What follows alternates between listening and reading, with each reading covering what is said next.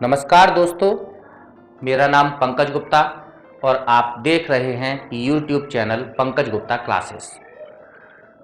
दोस्तों, आज की जो मेरी क्लास है वो प्रारंभिक परीक्षा के लिए तो महत्वपूर्ण है ही, लेकिन इस क्लास से मेंस की कक्षा में लगातार पिछले कई सालों में यूपीपीसीएस क्वेश्चन पूछता रहा है। जैसे क्वेश्चन है, ईसा पूर्व 6वीं सदी में श्रमण आंदोलन के उत्तरदायी कारण क्या थे। यूपीपीसीएस ने लगातार ये क्वेश्चन 2015 में और 2014 में पूछा है। तो दोस्तों, आज हमारी क्लास में चर्चा का विषय है कि भारत में जो बौद्ध एवं जैन धर्म का उदय हुआ, उन धर्म के उदय के कारण क्या थे। तो दोस्तों, हम सब लोग जानते हैं कि जो बौद्ध धर्म था उसकी स्थापना महात्मा बुद्ध ने की थी और जो जैन धर्म था उसके 24वें प्रवर्तक महावीर स्वामी थे, जिनके नेतृत्व में जैन धर्म संपूर्ण भारत में फैला। तो दोस्तों, ईसा पूर्व 6वीं सदी में इन आंदोलन के उदय के उत्तरदायी कारण क्या थे। बौद्ध धर्म और जैन धर्म को जो आंदोलन था, उदय का जो आंदोलन था, उस आंदोलन को श्रमण आंदोलन के नाम से भी जाना जाता है। तो दोस्तों, आप लोगों को मैं एक बात बता दूं, ईसा पूर्व 6वीं जो सदी है, उस सदी की दो बहुत बड़ी युगांतरकारी घटनाएं हैं। उस सदी में दो युगांतरकारी घटनाएं क्या घटी कि एक तो बौद्ध एवं जैन धर्म का उदय हुआ, यानी ईसा पूर्व 6वीं सदी में जो पहली युगांतरकारी घटना थी वो थी बौद्ध एवं जैन धर्म का उदय।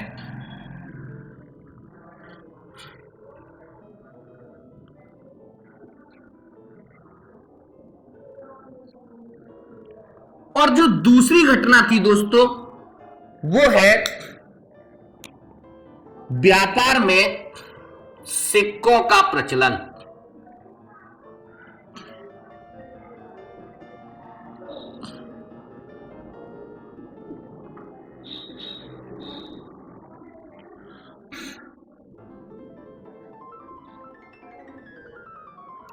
हम सब लोगों को पता है कि विश्व के जो सबसे प्राचीनतम सिक्के थे उनको आहत सिक्के कहा जाता था, जो चांदी और तांबे के बने हुए थे। इन सिक्कों का प्रचलन ईसा पूर्व 6वीं सदी में माना जाता है। तो ईसा पूर्व 6वीं सदी की दो युगांतरकारी घटनाएं थी।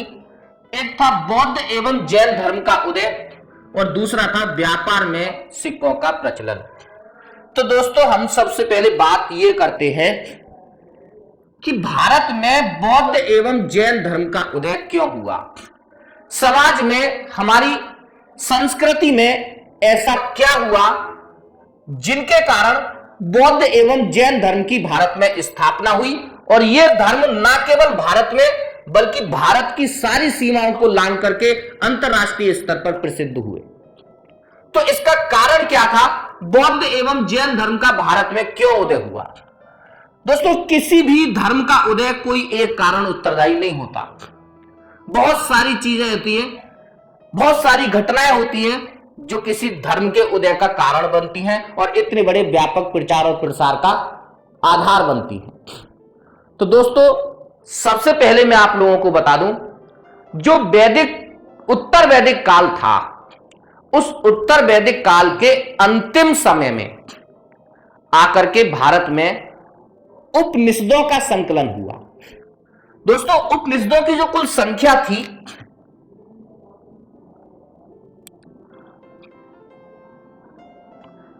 उपनिषद की जो कुल संख्या थी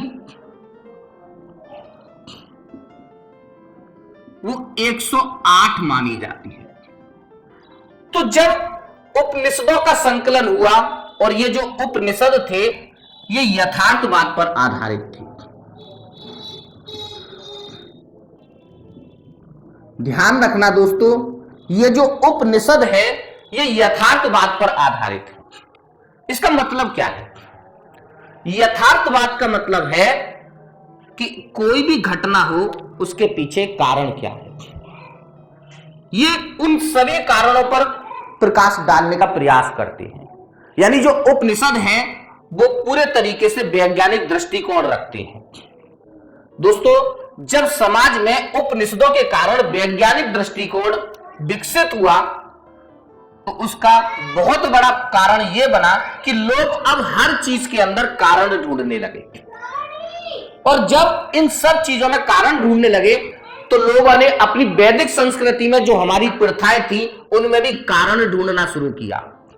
तो कुछ प्रथाएं वैज्ञानिक दृष्टिकोण से सही थी और कुछ प्रथाएं वैज्ञानिक दृष्टिकोण से सही नहीं भी थी। इन सब कारणों की वजह से वैदिक संस्कृति में बहुत सारी विसंगतियां प्रदर्शित हुई और इन वैदिक संस्कृति के परिणाम स्वरूप, इन विसंगतियों के परिणाम स्वरूप ही बौद्ध एवं जैन धर्म का भारत में उदय हुआ। तो दोस्तों, सबसे पहला जो मूल आधार बना बौद्ध एवं जैन धर्म के स्थापना का या उदय का, तो सबसे पहला कारण यही था कि इन उपनिषदों ने भारत के समाज में यथार्थवाद की भावना पैदा कर दी थी, उनके अंदर वैज्ञानिक दृष्टिकोण पैदा किया था। और इस वैज्ञानिक दृष्टिकोण के कारण लोगों ने वैदिक संस्कृति की जो विसंगतियां थी उनको उजागर किया और परिणाम स्वरूप बौद्ध एवं जैन धर्म की स्थापना हुई। तो दोस्तों, पहला कारण तो यही था कि उपनिषदों के कारण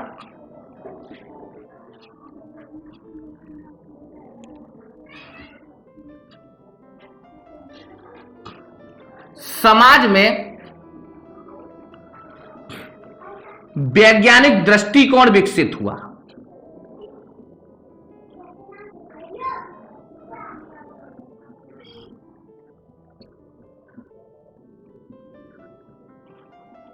जिसकी वजह से बौद्ध धर्म और जैन धर्म के उदय का आधार बना। दोस्तों, भी मैंने आपको क्या बताया, कोई एक कारण किसी भी धर्म के उदय के लिए उत्तरदायी नहीं होता। बहुत सारे कारण होते हैं जिसकी वजह से कोई धर्म उदय होता है। और उनमें से पहला कारण यही था कि इन उपनिषद ने समाज में वैज्ञानिक दृष्टिकोण विकसित किया। दूसरा कारण क्या था दोस्तों? दूसरा कारण मैं आपको बता दूं तो उत्तर वैदिक काल में जो हमारा समाज था वो वर्ण व्यवस्था पर आधारित था। यानी समाज में सबसे शीर्ष पर ब्राह्मण, उसके बाद क्षत्रिय, उसके बाद वैश्य और चौथा स्थान था शूद्र का। दोस्तों, ये जो वर्ण व्यवस्था थी उत्तर वैदिक काल में जन्म पर आधारित हो चुकी थी।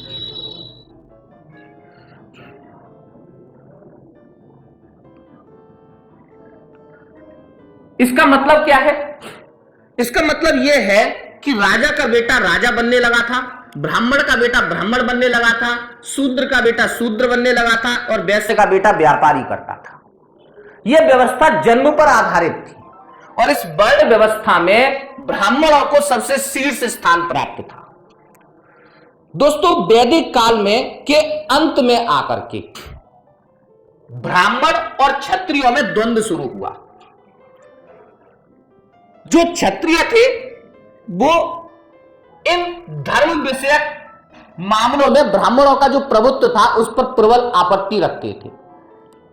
इन क्षत्रियों का यह मानना था कि क्षत्रिय भी ज्ञान अर्जित करके धर्म विषयक मामले में अपना प्रभुत्व स्थापित कर सकते हैं। तो जब दोस्तों क्षत्रिय और ब्राह्मण इन दोनों के बीच द्वंद्व हुआ, जब समाज में ब्राह्मण और क्षत्रियों के बीच द्वंद्व हुआ तो इस द्वंद्व के परिणाम स्वरूप ही भारत के समाज में बौद्ध एवं जैन धर्म की स्थापना हुई। दोस्तों, आपको पता होगा महावीर स्वामी जो जैन धर्म के 24वें तीर्थकर थे,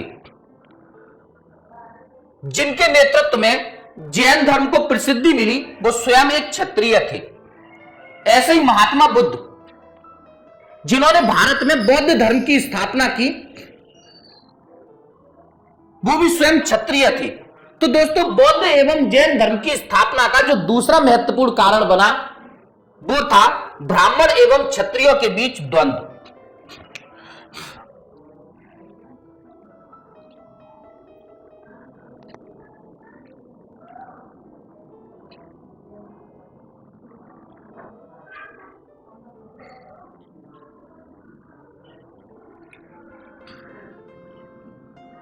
तो दोस्तों यह दूसरा कारण था जिसके कारण भारत में बौद्ध एवं जैन धर्म की उदय हुआ।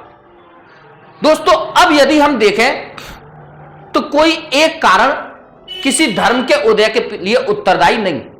दोस्तों धर्म का स्थापना करना और उसका समाज में व्यापक आधार होना, ये दोनों अलग अलग बातें हैं। तो ऐसी क्या बातें थी कि जैन धर्म और बौद्ध धर्म की स्थापना के साथ ही इनको समाज में इतना समर्थन प्राप्त हुआ कि जैन और बौद्ध धर्म बहुत ही जल्दी भारत की सीमाओं को लांघकर अंतरराष्ट्रीय स्तर पर ख्याति प्राप्त हुआ। दोस्तों एक समय तो ऐसा आया कि पूरे भारत से ही बौद्ध एवं जैन धर्म ने वैदिक संस्कृति को पूरे तरीके से समाप्त कर दिया। तो दोस्तों आप सब लोगों को मैं बता दूं, जो हमारा उत्तर वैदिक काल था, उस उत्तर वैदिक काल की जो युगांतरकारी घटना थी वो थी लोहे की खोज। लोहे ने समाज को लोहे का बना हुआ हल दिया और इस लोहे के हल ने कृषि की उत्पादकता में बहुत ज्यादा वृद्धि की। दोस्तों जब कृषि की उत्पादकता में वृद्धि हुई तो इसका परिणाम यह हुआ कि उत्तर वैदिक काल में आते आते जो उत्तर वैदिक काल की अर्थव्यवस्था थी वो कृषि पर आधारित हो गई। यानी अब लोगों का मुख्य व्यवसाय कृषि बन गया और इन कृषि में बैलों की बहुत अधिक आवश्यकता होती थी, क्योंकि इन बैलों की सहायता से हल को खींचा जाता था जिससे भूमि की जुताई की जाती थी। लेकिन दोस्तों जो उत्तर वैदिक काल था, उस उत्तर वैदिक काल की संस्कृति का आधार ही यज्ञ था। समाज में बहुत सारे यज्ञों का प्रचलन था। आप सब लोगों ने भी सुना होगा अश्वमेध यज्ञ, वाजपेय यज्ञ, राजसूय यज्ञ, ऐसे बहुत सारे यज्ञ थे जो समाज में होते थे। और दोस्तों इन यज्ञों में पशुओं की और खासकर बैलों की बलि दी जाती थी। अब क्योंकि इस कृषि मूलक अर्थव्यवस्था को बचाना था तो इन यज्ञों में जो बैलों की बलि दी जाती थी उस पर रोक लगना आवश्यक था। आप ध्यान दीजिएगा, बौद्ध धर्म और जैन धर्म ये दोनों ही धर्म अहिंसा पर आधारित थे और इन दोनों ही धर्मों ने यज्ञों में पशु बलि की घोर निंदा की। जब इन दोनों धर्मों ने पशु बलि की घोर निंदा की तो इसका परिणाम यह हुआ कि समाज का जो किसान वर्ग था वो धीरे धीरे बौद्ध धर्म और जैन धर्म की ओर आकर्षित हुआ। परिणाम यह हुआ कि धर्म का सामाजिक आधार में वृद्धि हुई, इस धर्म को मानने वाले लोगों में वृद्धि हुई और यह धर्म धीरे धीरे धीरे धीरे व्यापक होता गया। तो दोस्तों तीसरा जो कारण था वो उत्तर वैदिक काल में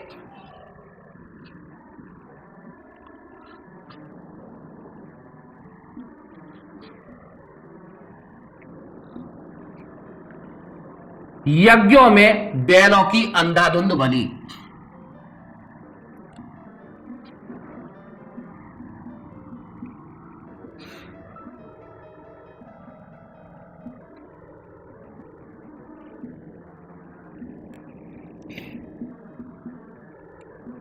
यह दोस्तों तीसरा कारण था जिसके कारण बौद्ध एवं जैन धर्म इतने व्यापक रूप से प्रचार और प्रसारित हुए। दोस्तों चौथा कारण और भी बहुत ज्यादा महत्वपूर्ण है। अभी मैंने आपको यह बताया कि ईसा पूर्व 6ठी सदी की दो बहुत बड़ी युगांतरकारी घटनाएं थी। पहली थी बौद्ध एवं जैन धर्म का उदय और दूसरा था व्यापार में सिक्कों का प्रचलन।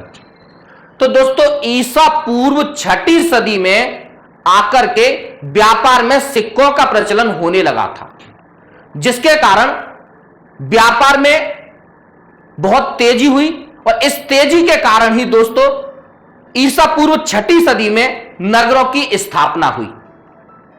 वाराणसी, कौशाम्बी, काशी, हस्तिनापुर, ये ऐसे ही नगर थे जो ईसा पूर्व 6वीं सदी में बसाए गए थे। दोस्तों, इन नगरों को इस समय काल को दूसरे नगरीकरण की भी संज्ञा दी जाती है। वो हमारा दूसरा टॉपिक है। अभी हम लोग बौद्ध एवं जैन धर्म पर डिस्कस कर रहे हैं। तो दोस्तों, जब व्यापार और वाणिज्य में उन्नति हुई तो इसका परिणाम यह हुआ कि जो वैश्य वर्ग था, जो व्यापार करने वाला वर्ग था समाज में, वो आर्थिक रूप से मजबूत हो गया। जब वो आर्थिक रूप से मजबूत हुआ तो वो भी महसूस करने लगा कि समाज में उसको भी सम्मान प्राप्त हो। किंतु इस वर्ण व्यवस्था में वैश्यों का स्थान तीसरा था। व्यापार में आर्थिक रूप से मजबूत तो कर दिया, लेकिन समाज में सम्मान अभी भी नहीं था। और इसी कारण सम्मान पाने की लालसा में यह वैश्य वर्ग बौद्ध एवं जैन धर्म की ओर आकर्षित होने लगा। क्यों? क्योंकि बौद्ध एवं जैन धर्म ने व्यापक तौर पर वर्ण व्यवस्था की निंदा की और समानता को अपना आधार बनाया। तो दोस्तों, जब समानता की बात की, वर्ण व्यवस्था की निंदा की, तो सम्मान पाने के उद्देश्य से ये जो वैश्य वर्ग था, ये भी बौद्ध एवं जैन धर्म की ओर आकर्षित हुआ।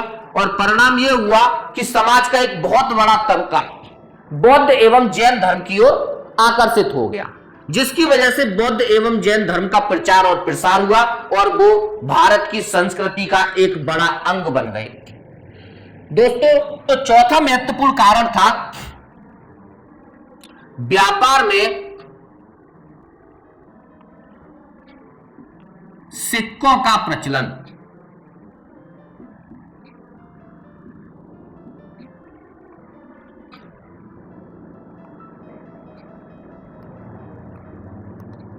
आप देखोगे आज भी जो जैन धर्म है, उस जैन धर्म में जो उसके अधिकतर अनुयायी हैं वो वैश्य समाज से ही बिलोंग करते हैं। तो दोस्तों, चौथा कारण यह था। अब एक और बहुत महत्वपूर्ण कारण था इन धर्म के उदय के पीछे। दोस्तों, ये जो वर्ण व्यवस्था थी, ये जन्म पर आधारित थी और इस वर्ण व्यवस्था में शूद्रों के उत्थान के लिए कोई आधार ही नहीं था। शूद्र का काम था सेवा करना। अब उसका बेटा भी होगा तो भी वो सेवा करेगा, वो भी शूद्र कहलाएगा, चाहे वो वैज्ञानिक रूप से कितना भी निपुण हो, उसका दृष्टिकोण कितना भी विकसित हो। शूद्र इस वर्ण व्यवस्था से पहले से ही परेशान था।